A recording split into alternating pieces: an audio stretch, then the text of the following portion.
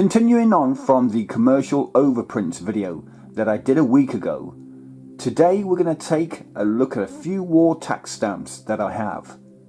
Not many, just 7 in total.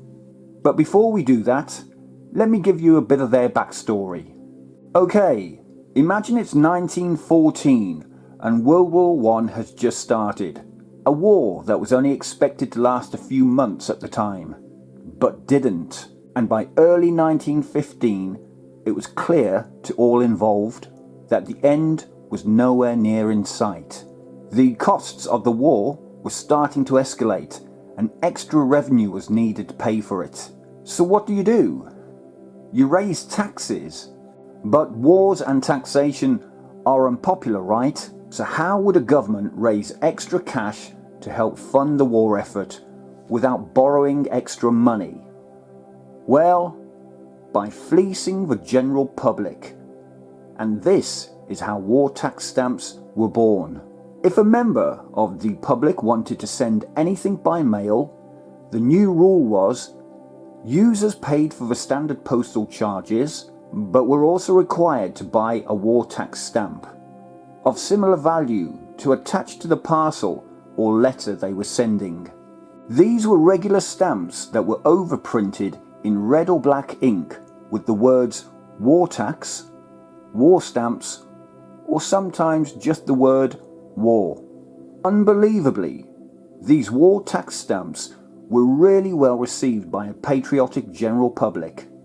And so this simple philatelic mechanism provided the extra revenue that was needed to pay for the war effort.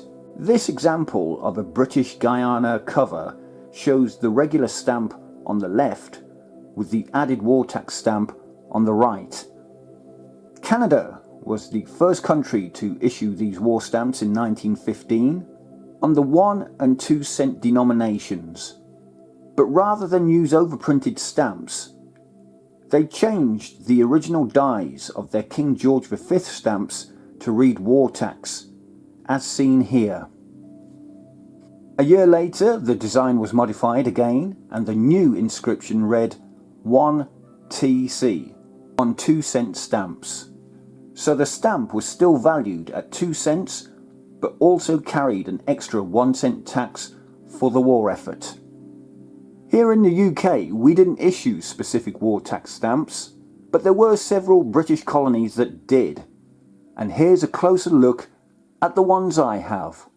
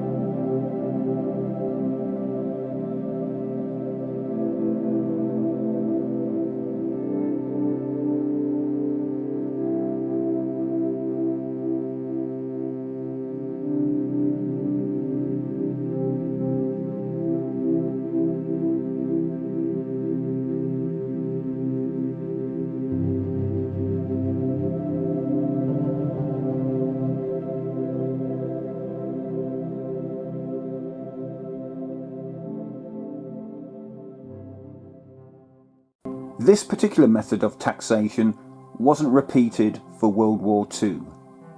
And that just about wraps up this video in a nutshell. I do hope you've enjoyed it. Please subscribe to the channel for more content and help us out by hitting that like button. Anyway, thanks for watching if you have, and until the next one, bye for now.